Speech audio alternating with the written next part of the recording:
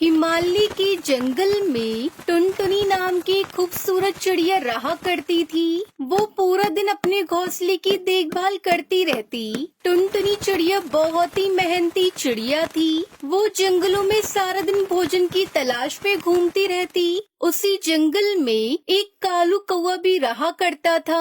वो हमेशा जंगल में घूमता रहता और खा पी कर आराम से सोया रहता। वो बहुत ही आलसी और कामचोर कौवा था। एक दिन कालू कौवा टुनटुनी चिड़िया से कहता है, अरे टुनटुनी, जरा एक बात बताओ तो। मैं देखता हूँ कि तुम रोज हमेशा किसी न किसी काम में लगी रहती हो। तुम मेरी तरह मस्ती भी तो कर सकती हो ना, तो फिर क्यों इतनी मेहनत करती हो तुम? क्या फायदा ये सब करके? कालू कौवे की ये बात सुनकर टुनटुनी चिड़िया उससे कहती है, दरअसल बात ये है कि कालू भाई, अब कुछ ही दिनों में बरसात का मौसम आ जाएगा, इसलिए मैं खाने के लिए भोजन और रहने के लिए घोंसले की मरम्मत कर रही हूँ, ताकि बरसात के दिनों में ना ही मुझे भूखा रहना पड़े और ना ही बारिश में भीगना पड़े। मैं तो कहती हूँ आप भी अपने घोंसले की मरम्मत कर लीजिए। बरसात का मौसम जल्द आने वाला है, फिर आप अपने घर में आराम से रहना और बारिश के मजे लेना। अरे टुनटुनी चिड़िया, बारिश वारिश कुछ नहीं आने वाली, और अगर बरसात का मौसम आ भी जाए तब देख लूंगा। अभी तो मेरा एंजॉय करने का समय है, तो इसलिए अब मैं चलता हूँ। तुम करो अपनी मजदूरी। ये कहकर कालू कौवा वहाँ से चला जाता है। दूसरे दिन टुनटुनी भोजन की तलाश में जा रही थी। जाते जाते उसकी मुलाकात हरिया तोता से होती है। वो टुनटुनी से कहता है, अरे टुनटुनी, तुम इतनी सुबह सुबह कहाँ जा रही हो? अरे हरिया भैया, मैं भोजन लेने जा रही हूँ और अभी घर की मरम्मत भी बाकी है। बहुत काम बचा है, पर समय बहुत कम है मेरे पास। मैं देख पा रहा हूँ टुनटुनी कि तुम आजकल हद से ज्यादा परिश्रम कर रही हो। तुम्हें तो मालूम ही है हरिया भैया, बरसात के मौसम में भोजन ढूंढ पाना कितना मुश्किल होता है। इसलिए मैं अभी से भोजन जमा कर रही हूँ, ताकि आगे चलकर मुझे कोई परेशानी ना हो। बात तो तुम ठीक कह रही हो टुनटुनी, पर तुम्हारे पड़ोस में रहने वाला कालू कौवा तो पूरा दिन मौज मस्ती ही करता रहता है। वो कहाँ भोजन जमा कर रहा है, वो तो सिर्फ खाता है और सोया रहता है। पर तुम बहुत मेहनत कर रही हो, ये बहुत अच्छी बात है। हरिया भैया, मैंने उसे कई बार समझाया है, पर वो समझता ही नहीं। छोड़ो टुनटुनी, उसे उस नासमझ को समझाना भी बेकार है। अच्छा ठीक है टुनटुनी, अब मैं चलता हूँ, फिर कभी मिलकर बात करेंगे। ये कहकर हरिया तोता वहाँ से चला जाता है और दूसरी तरफ कालू कौवे की मुलाकात एक जालिम चील से होती है।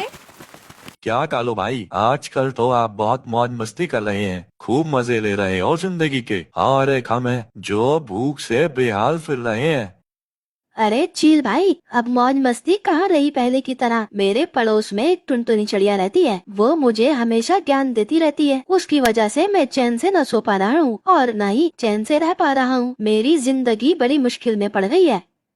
कालू कौवे, मैंने तुझसे कई बार कहा था कि उस टुनटुनी को किसी भी तरह मेरे हत्थे लगा दो, मैं उसका कचूमर बना दूंगा। मैंने बहुत दिनों से किसी पक्षी का मांस भी नहीं खाया है। तुम्हारी मुसीबत भी दूर हो जाती और मेरे पेट की भूख भी मिट जाती।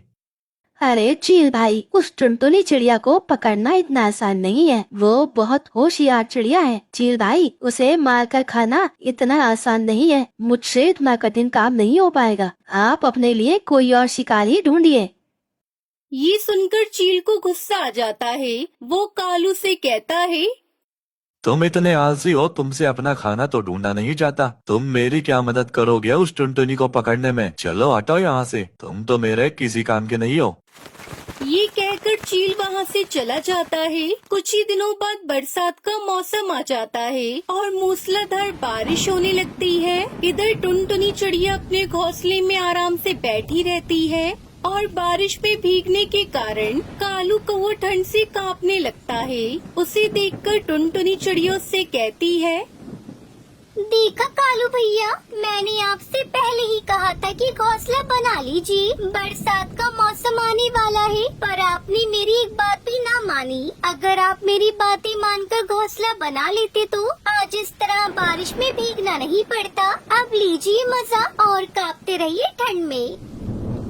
टुनटुनी चिड़िया की ऐसी बातें सुनकर कालू कौवे को बहुत गुस्सा आ जाता है। वो उड़ता हुआ उसके पास जाता है और टुनटुनी के घोंसले को नीचे गिरा देता है। बेचारी टुनटुनी चिड़िया बारिश में बेघर हो जाती है और वो भी बारिश में भीगने लगती है।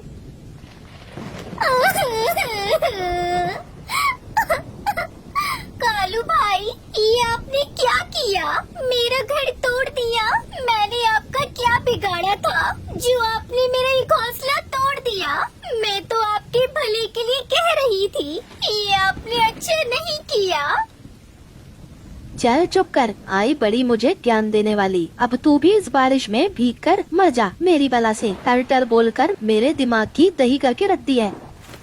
ये कहकर कालू कौवा वहाँ से चला जाता है। बेचारी टुनटुनी चिड़िया अपने टूटे हुए घर को देखकर रोने लगती है। तभी एक बूढ़ा गिद्ध वहाँ आता है और वो टुनटुनी से कहता है, चुप हो जा बेटा, परेशान मत हो, मैं हूँ ना, मैं तेरी मदद करूँगा। मैं जानता हूँ कैसे उस दुष्ट कालू कौवे ने तेरा घर तोड़ दिया। बेटा टुनटुनी, मैं कोई मामूली पक्षी नहीं हूँ, बल्कि मैं एक जादुई गिद्ध हूँ। मेरे पास बहुत अद्भुत शक्तियाँ हैं, जिससे मैं तुम्हारी मदद करना चाहता हूँ।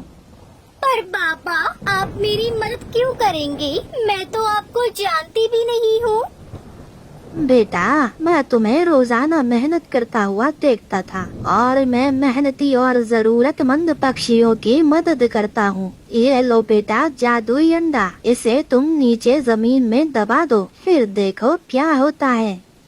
फिर टुनटुनी चिड़िया उस बूढ़े गिद्ध की बात मानकर उस अंडे को जमीन में दबा देती है। फिर कुछ ही मिनटों में वहाँ एक सुंदर सा अंडे का घर बनकर तैयार हो जाता है, जिसे देखकर टुनटुनी चिड़िया बहुत खुश होती है। अरे वाह बाबा, ये अंडे का घर तो बहुत ही सुंदर है। बाबा, आपका बहुत बहुत शुक्रिया। फिर वो गिद्ध बाबा वहाँ से चले जाते हैं और टुनटुनी चिड़िया उस जादुई अंडे के घर में खुशी खुशी अपनी जिंदगी बिताने लगती है।